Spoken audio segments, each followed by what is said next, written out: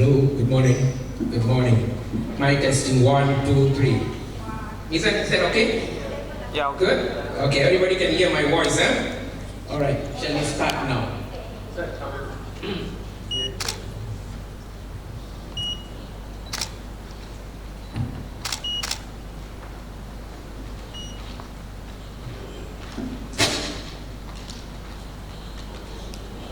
Okay, a very good morning and warm greetings to our Honorable Deputy Vice Chancellor of Research and Innovation, Prof. Dr. Sandy Koda, distinguished guests, speakers, collaborators, respected lecturers, and all our dear beloved participants.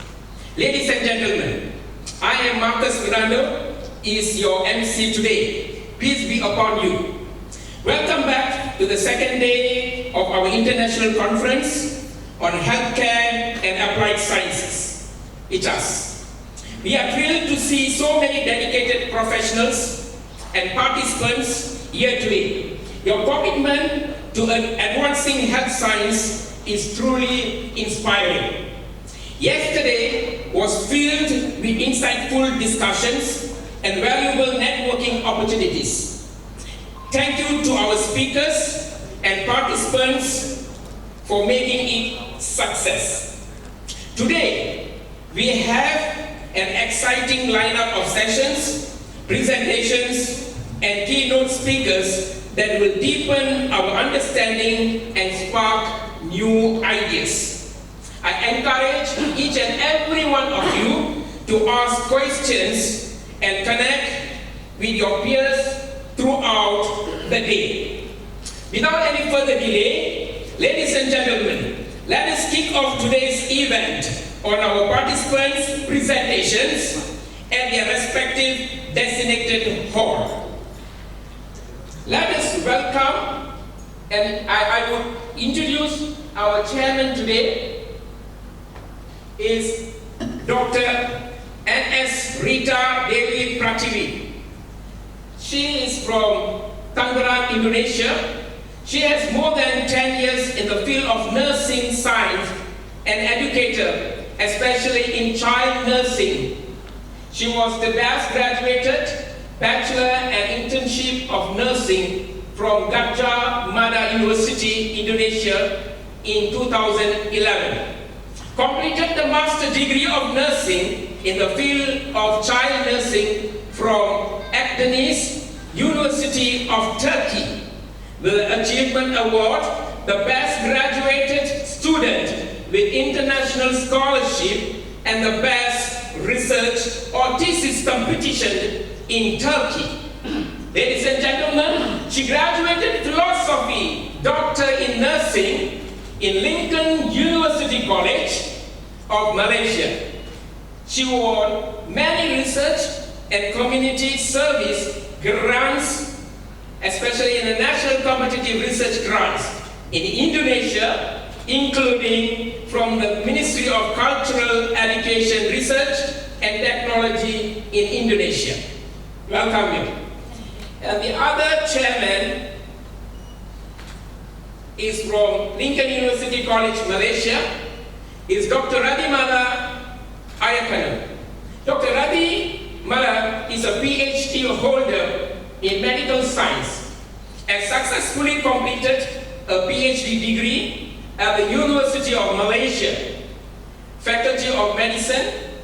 She is registered as a graduate technology and awarded at the University of Malaya by the Malayan Board of Technologies, MBOT.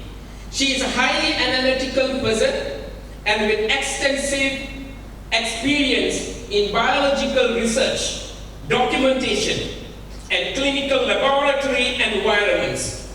A PhD project consists of clinical research in human subject with molecular research, work in genetic profiling, and tissue culture. Ladies and gentlemen, she is also familiar with compiling patient information data and implementing good clinical practice, GCP. She has graduated with a Master of Biotechnology at University Malaya in 2011 and has completed a degree in biohealth science from University of Malaya as well. She has acquired and developed learning and teaching skills and have a strong knowledge in the subject, molecular biology, genetics, and cell biology. She also has significant working experience as a laboratory scientist at Research Lab International Medical University of Malaysia. She has published articles in index and non-index journals. Her area of expertise are immunology, genetics, and molecular biology. These past years' experience have strengthened a combination of skills that gives her a solid foundation upon which to make an immediate and meaningful education and research field. Without any further delay, we also will welcome the participants to present their papers. The first participant that will be called upon is, we have the relationship between self-efficacy and quality of life in hypertension patients.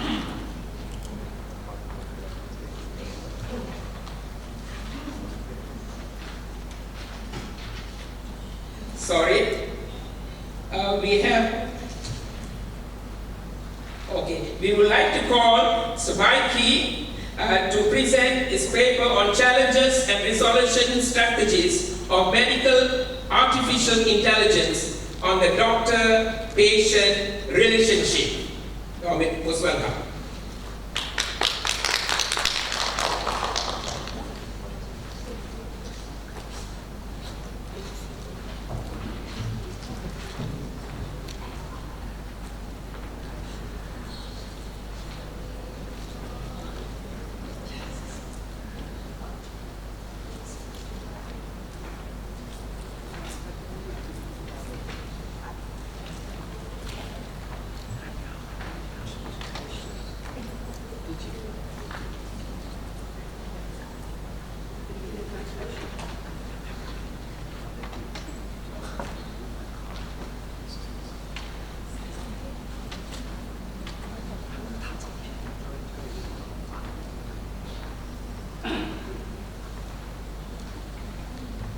Okay, good morning everyone. Good day today. I'm Becky from China. I'm lucky to be scheduled as number one this morning. Now I'll start my sharing. The topic is challenges and resolution strategies of medical artificial intelligence on the doctor-patient relationship. Thank you. The content includes 5 parts: research background, research problem, literature review, research methods, and conclusion and suggestions. Part 1, research background. As we all know, the doctor-patient relationship is an important factor affecting the quality of medical service. It is based on trust, compassion, and respect for patients' rights and dignity. However, in recent years, the doctor-patient relationship seems to have become tense. In the United States, 82% of patients with chronic disease trust their doctors. In Europe, patients in Italian-speaking regions have a high level of trust in doctors, but patients in French-speaking regions have less than 50% trust in doctors. In East China, the level of doctor-patient trust is generally insufficient, especially in China. In the past 2 years, patient trust in doctor is not fair due to insufficient doctor-patient communication and fewer joint decision-making process. So in recent years, as we all know, artificial intelligence has developed rapidly and its application in the field of healthcare are becoming increasingly widespread. The traditional doctor-patient relationship will face new opportunities and new challenges. So, based on the background, we team conclude these three research problems. The first one is a new development trend of doctor-patient relationship present by artificial intelligence technology. The second is changes brought by artificial intelligence technology to the doctor-patient relationship. The third one is countermeasures and suggestions for improving the doctor-patient relationship in the context of artificial intelligence. Yeah, because I read a new book about AI, so I'm interested in this topic. Especially the research is not deep. Part 3, literature review. The present literature mainly focused on these three aspects. The first one is the main aspect of the application of AI in the field of healthcare. You can see, for example, diagnostic assistance, treatment planning, patient monitoring and chronic disease management, drug discovery and development, clinical decision support, medical education and training. The second aspect is AI plays an active role in clinical diagnosis and treatment, rehabilitation, public health, prevention and management. And the third one is ethical issue brought by AI in healthcare to the doctor-patient relationship. So, from the literature review, we can predict that artificial intelligence will be increasingly applied in clinical medicine and gradually replace some of the work of medical personnel. The application of medical AI will undoubtedly bring good news and bad news. So, both doctors and patients need a process of coordination and acceptance. The existing literature conducts more theoretical research, mostly from the perspective of medical ethics. However, there is insufficient cognitive research on patients. Therefore, the focus of this study is especially to understand the patient's cognition and trust in medical artificial intelligence. The part 4 is research methods. We construct 2 research methods in this research. The first one is literature research method. We have checked Google Scholar, ICHAS, China National Knowledge,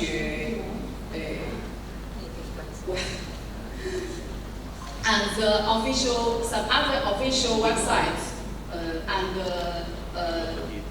collect all kinds of internet materials to my research.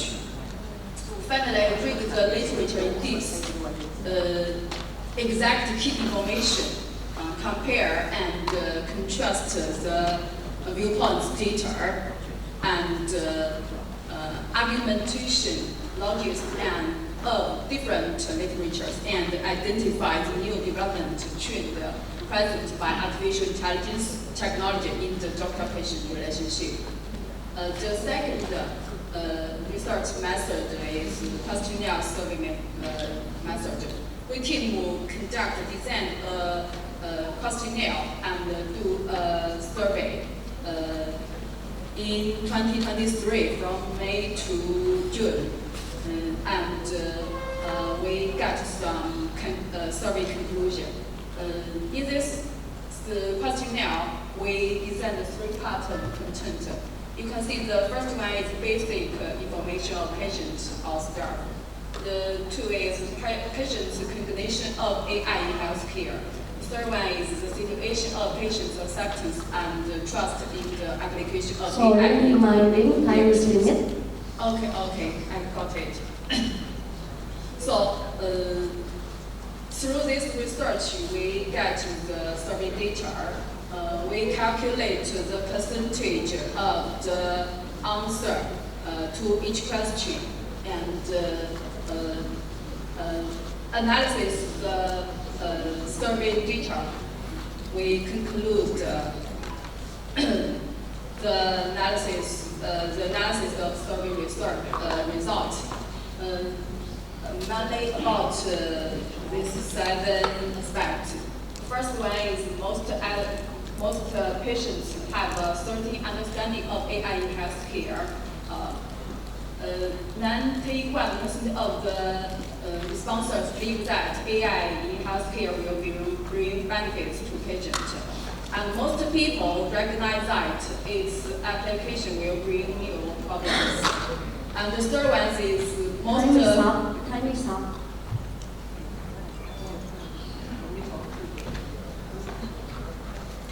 Okay, the last one is conclusion and suggestion. Left is the conclusion and right is the suggestion. Conclusions about the one is the subject of patient trust is shifted, and the 2 is the responsibility of doctors for humanistic care is weakened. And the 3 one is the risk of infringing on the rights and the interest of patients increases. Suggestions. The number 1 is improve the public awareness. The 2 is reshape the leading position of medical staff. And the 3 one is improve the supervision system for the application of AI technology. The last one is improve the ethical mechanism for the application of AI technology in the medical field. That's all, thank you. And last, I recommend the book, The Words I See Curiosity, Exploration and Discovery at the Dawn of AI from the writer Li Feifei. Thank you. I remember Sam, sorry. Okay, thank you. Okay, any questions? It is titled Challenges and Resolution Strategies of Medical Artificial Intelligence on the Doctor-Patient Relationship. Okay, any questions? Any questions from the floor?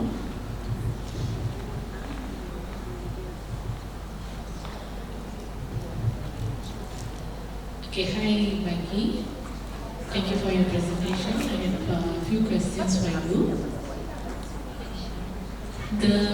The research methodology, you used only questionnaire for your study?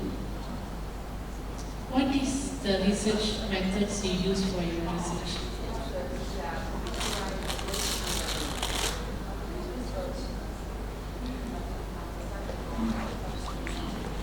Yes. Okay, what will be your sample size? Sample size. What is your sample size? In your research, you have to mention your sample size.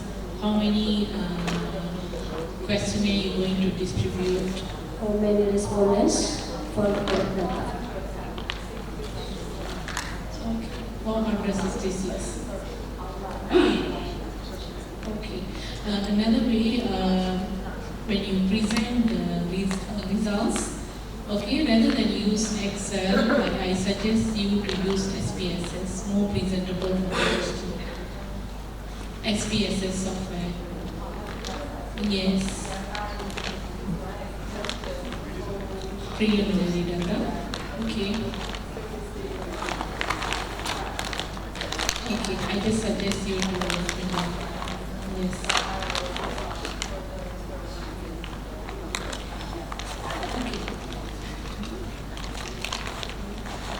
Okay, thank you for your presentation.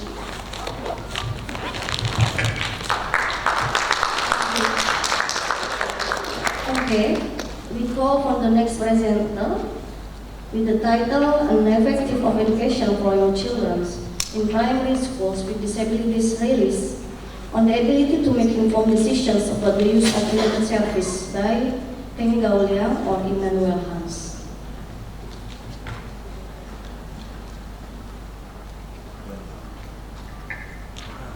Is Peng Gaulia here? Okay, if no, then we can move on to the next. Day day-night cycle of the night owl at the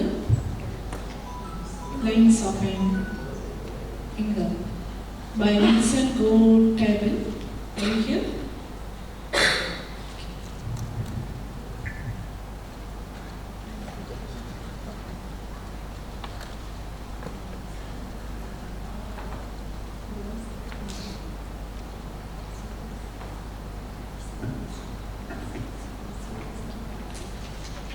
Hello everyone, I am Vincent Go-Table. Together with me is Dr. Neil Manula Martin from the Philippines.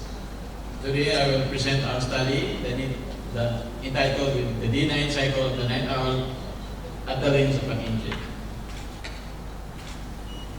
The nurse's workforce is the backbone to this demanding healthcare business. Profound and significant change is seen in 21st century nursing that is equitable to save quality nursing care to people and society. The challenges that a nurse faces in address human health needs and experiences may have changed the roles of nurses to include the D9, shift nurses, the night owls. This study explores, conceptualizes, and envisages the D9 shift nurse experience, the cycle of the night owls, in providing safe quality nursing care. A descriptive qualitative research design and active inquiry was employed. The participants of this study were 14 staff nurses from 2 different healthcare facilities in the Philippines, particularly in Iligan City, adhering to a strict ethical protocol in both the academic and healthcare institutions involved, were employed in an iterative process. Information was secured from the participant who was consented to face-to-face and one-on-one in-depth audio-recorded interview session between 30 to 45 minutes to convey their narratives as D9 shift nurses, the night owls. Verbatim transcription, translation in English, back translation, dialogic, thematic narrative analysis, and ordered chronological methods of narratives. Retelling a story and embedding metaphor is making sense of the world and conveying vivid imaginary transcending literal meanings into creating images that are easier to understand, thus activating the imagination, conveying emotions and impressions, adding depth and meaning to a character or situations. Reflexivity was articulated for transparency, rigor, and ethical conduct of the research process and ultimately enhancing the credibility and trustworthiness of this study. 3 emerging themes and 10 sub-themes were formulated based on the 7-step narrative inquiry analysis by Colorado State University, ADRM 600. In this slide, as you can see, there are 7 steps in narrative inquiry. Step 1, identify a problem or phenomenon to explore. Step 2, select 1 or more participants to study. Step 3, collect the story from the participant. Step 4, restory or retell the individual story. Step 5, collaborate with the participant or storyteller. And step 6, write a story about the participant's experiences. And the last step is validate the records accuracy. So in this slide, you can see the emergent themes and the sub-themes. There are 3 columns, themes, sub-themes, and descriptions. Theme 1 is nursing practice challenge with the sub-themes nature of work. And the description is night owls, nature against mountaineers and waters. So these are the emerging themes and sub-themes. So this slide, as you can see, the excerpts of narratives of the participants. There are code names of the participants. According to the participant 1, with the code name starving, the doctor is not visible, it is difficult to contact, so that we don't call our resident on duty. Likewise, according to participant with the code name of restless, about the referral to doctor's operations, resuscitation is a big problem. Moreover, according to participants with the code name undecided, the challenges that I've encountered before occurs when we are going to refer to doctors, especially at night shift, is very difficult because the doctors and technicians are in a deep sleep. So another theme is nursing practice challenges with the sub-themes, as you can see in the slide. Okay, this is the sub-theme, the eagles and the mountainous boulders.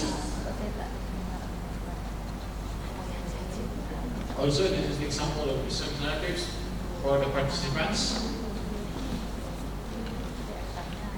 Another theme is physiological challenges with the sub-theme of the nature of night shift, daytime nurse at home, with the description of biological cataclysms and ultimately. Another theme is staffing challenges with the subtle ratio of patient versus night nurses, shifting, scheduling, staffing patterns with the description of requirement of the night owls. So this is now the sub-themes.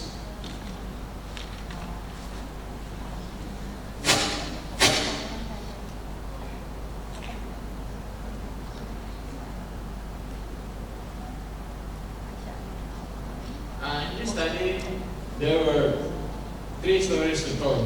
One is the nature and nurture, and number 2, the divergent circadian cycles and the nest.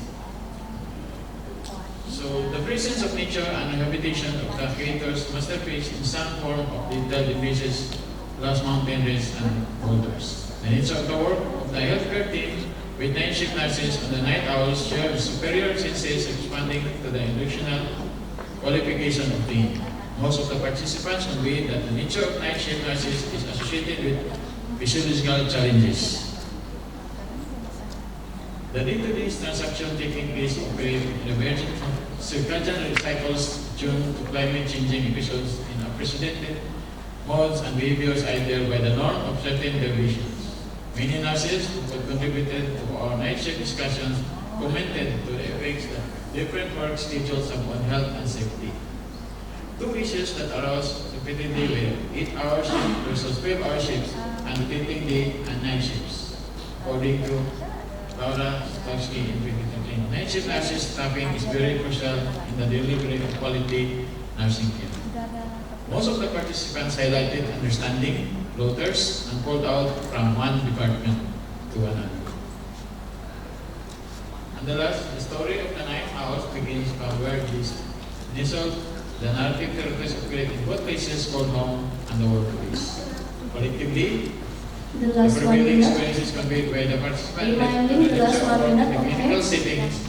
The night owls are confronted with a high peak of indication and the reason on duty are needed in terms of need to refer the patient condition by nurses on the night shift, and the clinical decision is made by the team. The thematic analysis of technology is initiated by the night shift nurses. The night owls conveyed to the findings as faced by emergent themes and sub-themes, ascertain the realities of the night shift nurses, the night owls. Although generosity cannot be reduced, however, the probability assumptions were confirmed. The metaphor nurse as an angel in the sick room illuminates the characterization of an ideal portrait epitome of a divine messenger of the people on the planet. Thus, the lens of the angel is visually a character and existing of a flock of night owls associated with health and habitation obstacles, striving to survive amidst extinction. This is now the references, and thank you for listening.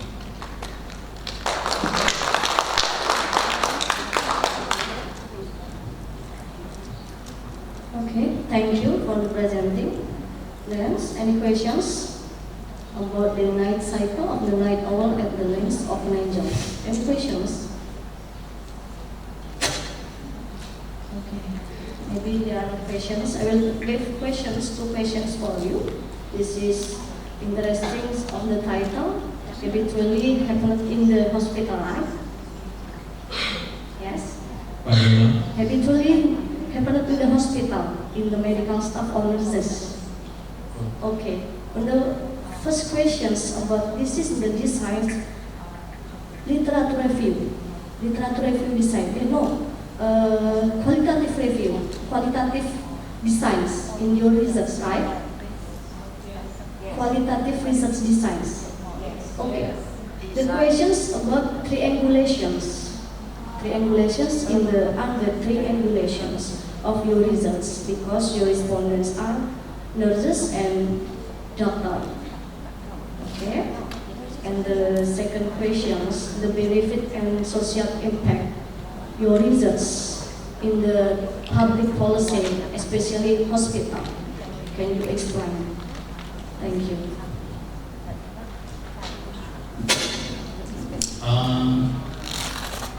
The hospital concern is about the private and the government hospitals in our place.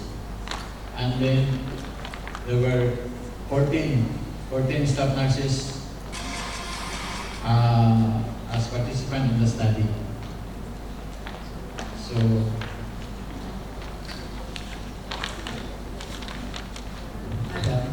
May I speak? I'm the co-author. Thank you for your comments and suggestions.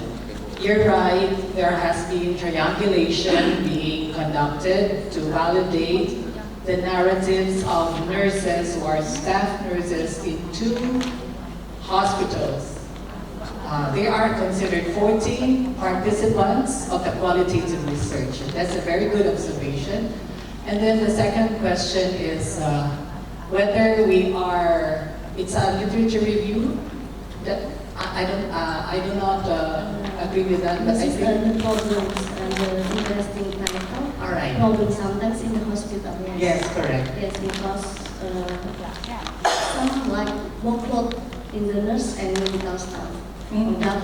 So how about the solutions that we can give from the research? Because this is always problems. Yes. Since centuries in the world, Yes, true. we don't have a solution. I think. Yes. Yes, you can give us about how we can do about that.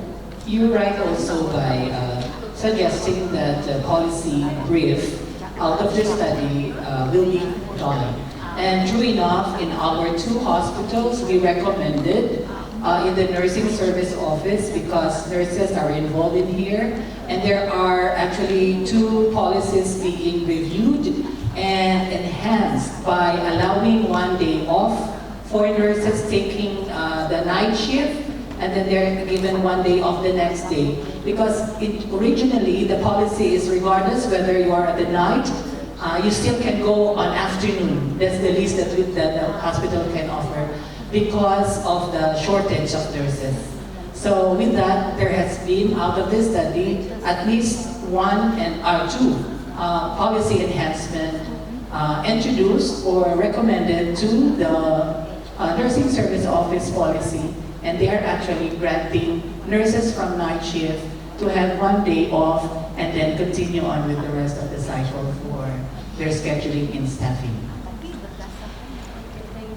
Thank you. Thank you very much. Yes.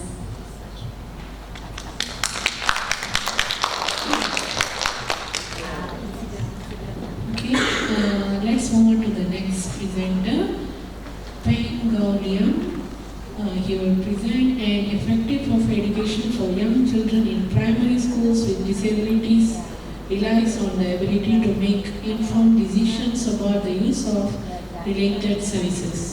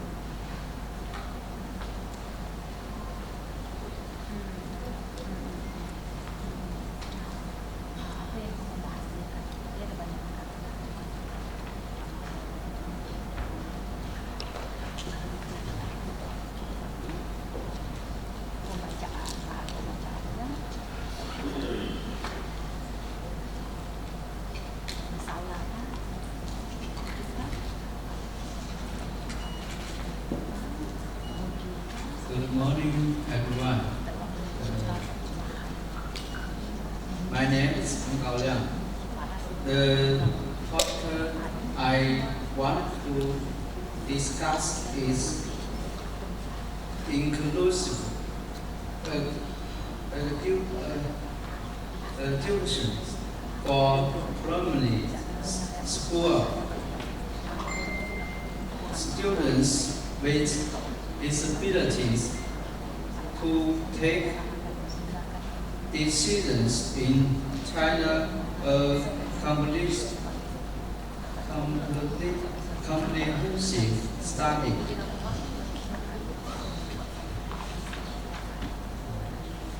Content summary topic I want to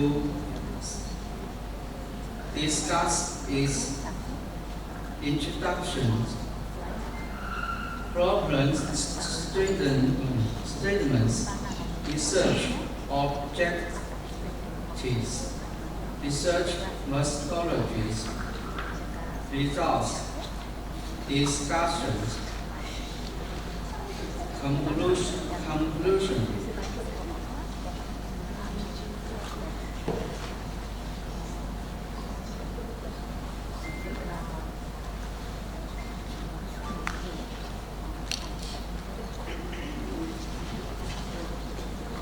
Introductions.